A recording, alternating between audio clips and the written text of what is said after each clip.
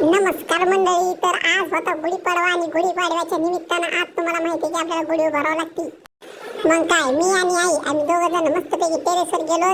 तिथे घेतली एक बल्ली, पूजेचं सामान. अरुण बघितलं कॅमेऱ्यात आणि मस्तपैकी हात दिला.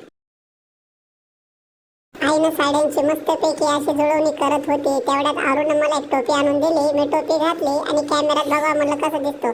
मग लक्षात आलं मी तर कॅमेऱ्यात येत ना. मग आपलं उडी मारून आलो बाबा इकडे कॅमेऱ्यामध्ये आणि मस्तपैकी आईला इकडे लावलं मदत करायला, नाही का.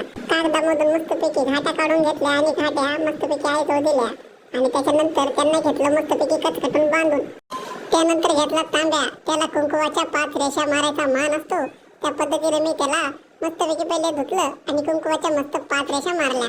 त्यानंतर गुढी उभारण्यासाठी कलशला बल्लीमध्ये घालण्याचा प्रयत्न केला, मात्र त्याच्यामध्ये काय ते जायला तयारच नाही. असं वाटलं की कार्यक्रम कुठेतरी हुकतोय.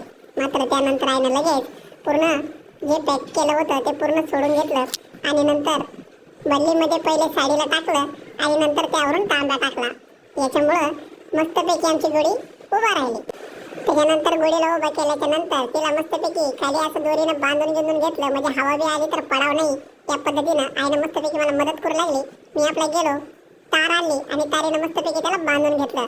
त्याच्यानंतर कोणाच तरी हलकटाचा फोन आला आणि नंतर व्हिडिओ कटिंग झाली.